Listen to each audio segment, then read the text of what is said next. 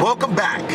We've been talking about SMART goals, goal setting using SMART goals, which the SMART acronym is specific, measurable, achievable or attainable, relevant, and timely. And we've talked about each one of those areas, and I just want to identify that the most important ability that I recognize for a person to have in order to be able to accomplish their goals is commitment. That's the absolute most important ability, because you can sit down on paper and write your goal out. You can plan it. You can make sure it's specific, it's measurable, it's attainable, it's relevant. You can set a date to it and all of that. But as you begin to pursue that particular goal, if other things come up, and those other things that come up take your attention away, then you've allowed those other things to seek or to obtain a higher priority than your goal. And that's really where your commitment is tested. When you commit, you define that accomplishing or achieving this particular goal is going to take priority over everything else.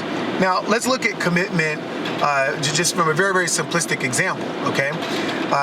If you were locked in a cave, thrown into the wilderness, you are going to be committed to survival.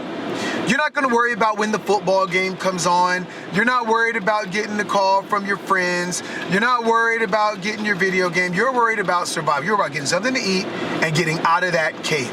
That is your number one focus and your number one priority at that time. So you are 100% committed to getting out of that abandoned cave. Now, if we take that mentality and we adapt that mentality to the goals that we set on a daily basis, or the SMART goals that we've defined, then we're going to find that there's a lot of things that we allow to distract us that, like I said, wouldn't distract us if we were stuck in a cave.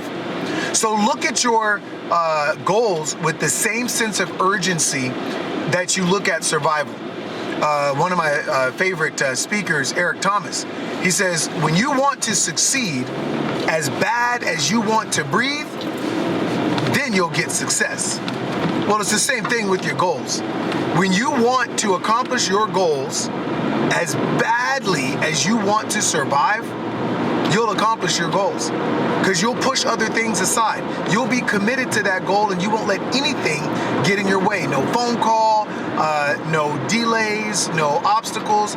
You won't. It just won't get in your way.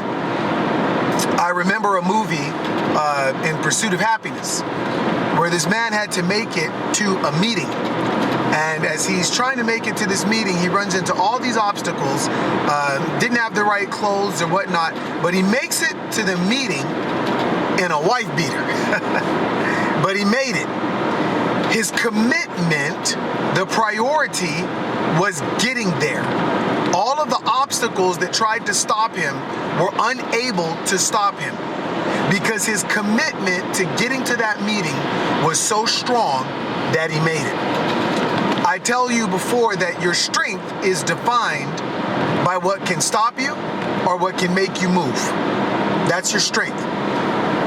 A commitment is only as strong as what can stop you from losing the priority of that particular commitment. What can distract you from that particular commitment? That's how strong the commitment is. So let's look at our goal setting. Let's look at setting SMART goals, and let's exercise that one important ability, and that is the ability to commit. If you find yourself challenged making commitments, sticking to commitments, and I'm not talking externally, I'm talking commitments to yourself. That's where it really counts, is can you commit to you? But if you find challenges with that, I want to hear about it. I want to hear from you. So please post in the comments, hit me up with an email, visit me on my website, www.senseijackson.com. And I'd like to hear from you about your challenges and commitments. And let me see if I can lend you a hand, if I can help you out. Until then, we'll talk later. There'll be another discussion for another drive. I'll see you soon.